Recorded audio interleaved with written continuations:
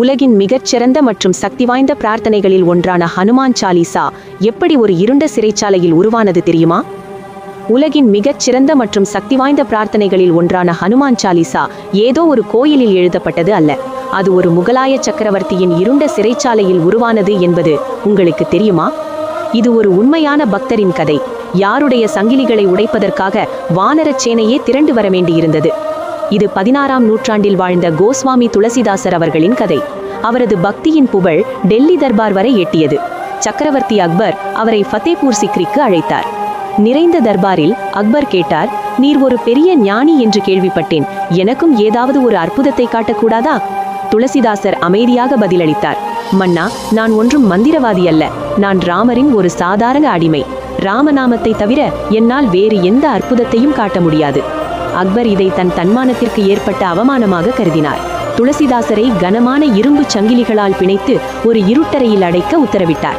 ஆனால் அந்த இருண்ட சிறையிலும் துளசிதாசர் அஞ்சவில்லை. அங்கே அவர் ஹனுமானை தியானிக்க தொடங்கி ஹனுமான் சாலிசாவை இயற்றினார். தொடர்ந்து 40 நாட்கள் அவர் அந்த துதியை பாடினார். 40வது நாள் பிரார்த்தனை முடிவடைந்ததும் ஒரு அதிசயம் நிகழ்ந்தது. ஆயிரக்கணக்கான ஆக்ரோஷமான குரங்குகள் திடீரென ஃபத்தேபூர் சிக்ரி கோட்டைக்குள் புகுந்து தாக்குதல் நடத்தின. அவை சாதாரண குரங்குகள் அல்ல, அவை அக்பரின் பாதுகாவலர்களை வம்சம் செய்தன. அந்தப்புறம், தர்பார் என கோட்டையின் ஒவ்வொரு பகுதியிலும் பேரழிவை ஏற்படுத்தின.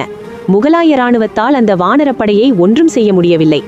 அக்பரின் அமைச்சரான பீர்பால் அப்போது ஒரு ஆலோசனையை வழங்கினார். மன்னா, இது சாதாரண விபத்தல்ல, அந்த துறவியை அவமானப்படுத்தியதின் விளைவு இது. அக்பர் தனது தவறை உணர்ந்தார். அவர் வெறும் காலால் ஓடிச் சென்று துளசிதாசரின் சங்கிலிகளை உடைத்து அவர் பாதங்களில் விழுந்து மன்னிப்பு கேட்டார்.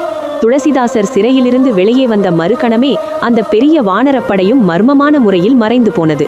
ஒரு சக்கரவர்த்தியின் கர்வத்தையே தன் பக்தியால் அடக்கி சிறையில் அமர்ந்து ஹனுமான் சாலிசாவை வழங்கிய அந்த மாபெரும் பக்தருக்காக அனைவரும் கமெண்டில் ஜெய் ஸ்ரீராம் என்று பதிவிடுங்கள்.